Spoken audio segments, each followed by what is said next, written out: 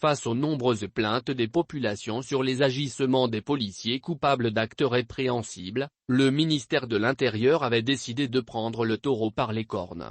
C'est du moins ce qu'avait laissé entendre le responsable de ce département ministériel, Lambert Noël Matta, le lundi 2 août 2021 sur le plateau Face à vous. Ainsi, les forces de l'ordre étaient désormais assujetties au port d'un numéro matricule durant les contrôles afin d'éradiquer le phénomène de racket. Une décision qui semble désormais reléguée aux calendes grecques. Depuis plusieurs années, les forces de sécurité et de défense sont pointées du doigt dans ce phénomène qui ternit l'image de ces derniers.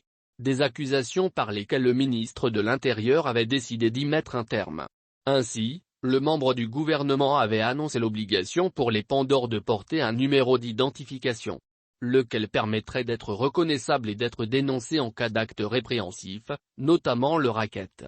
Mais ce n'est pas tout.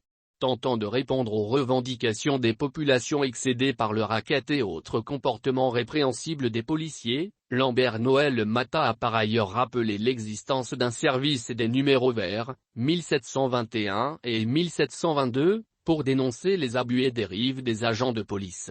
Des mesures qui semblent ne pas effrayer les forces de l'ordre, lesquelles continuent et sans toute impunité les contrôles abusifs et coulant des motifs absurdes dans le seul but d'obtenir des pots de vin de la part des usagers. Une situation que déplorent de nombreux automobilistes qui ne savent plus à quel saint se vouer.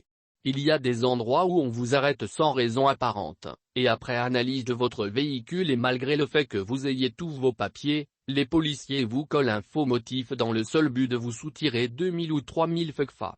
Et vu qu'on ne veut pas prendre du temps, on donne afin de passer à déclarer un usager.